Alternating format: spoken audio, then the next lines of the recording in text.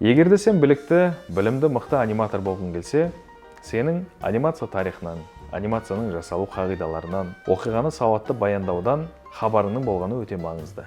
Бүгін біздің қарастыратын 3 кітабымыз осы 3 тақырыпты жақсы тарқатып ашады. Ассалаумағалейкум құрметті достар, бұл Ара Академиясы. Бүгін алғашқы танысатын кітабымыз анимацияның алтын дәуірінде еңбек еткен ардагер аниматорлар Оли Джонстон және Фрэнк Томастың жазған кітабы «Өмір иллюзиясы» деп аталады. Кітап небары 18 тараудан тұрады. Оның ішінде анимацияның алтын дәуірінде Дисней студиясында өндірілген барлық анимациялық фильмдердің өндірісі баяндалады. Оқиғаны құрастырудан бастап, кейіпкердің дизайнын жасау, сториборд сызу, анимация салу, оны тазалау, бояу, оның монтажын жасау, дыбыс жазу, және де анимациялық фильмге кететін шығындарды есептеу сияқты фильмнің өндірісіндегі бірқатар маңызды тақырыптарды олар ашып тарқатып айтып береді. Сонымен қатар кітапта Микки Маус, Дональд Дак, Гуфи сияқты кейіпкерлердің анимациясын жасау барысында Дисней студиясында пайда болған атақты 12 қағиданың қалыптасуы туралы да айтылады. Сен бұл кітапты оқитын болсаң, оның ішінен сен құрғақ мәтіннен бөлек тарихи фотосуреттер, сонымен қатар кейіпкерлердің эскиздерін, тіпті фильмға кірмей қалған кейбір раскадровкаларды, яғни сторибордтарды көре аласың.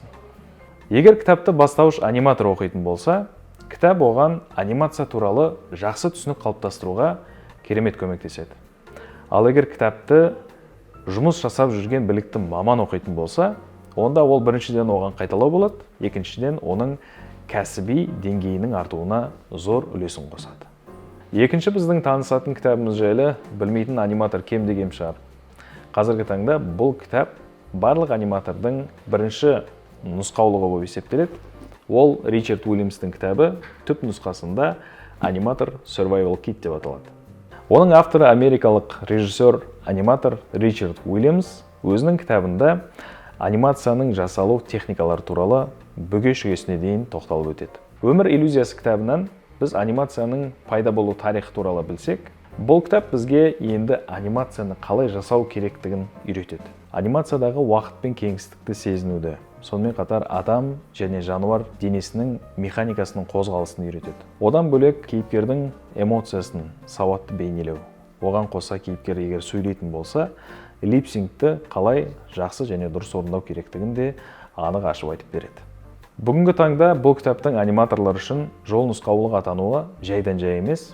Яғни бұның ішінен бастауыш аниматор неден бастау керек, 12 қағиданы қалай дұрыс игеру керектігін біле алатын болса, ал өз кезегінде кәсіби мықты осы салада жүрген аниматор Ричард Уильямстың жеке тәжірибесінен ұсынылған ақыл кеңестерін қолдана отырып, өзінің біліктілігін, шеберлігін ары қарай дамытса болады. Және бүгін ең соңғы ұсынатын 3-ші кітабымыз Фрэнсис Глэббас атты автордың кітабы Directing the Story деп аталады. Бұл кітап бізге оқиғаны бейне арқылы сауатты баяндауды үйретеді. Біз неліктен кино көреміз?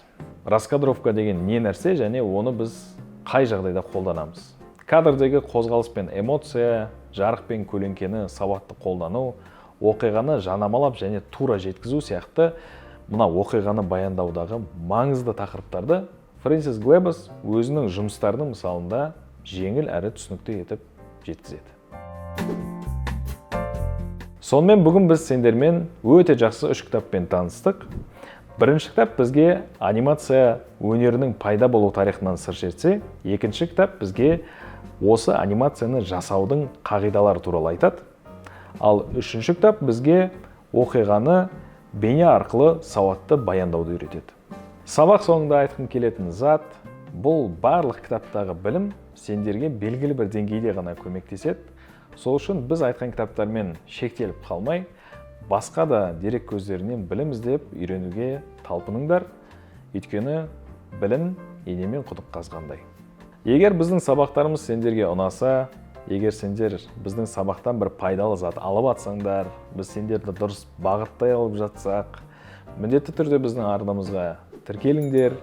Осы анимацияны жақсы көретін, үйренгісі келетін достармен бөлісіңдер. Ал біз сендерді келесі сабақта асыға күтеміз.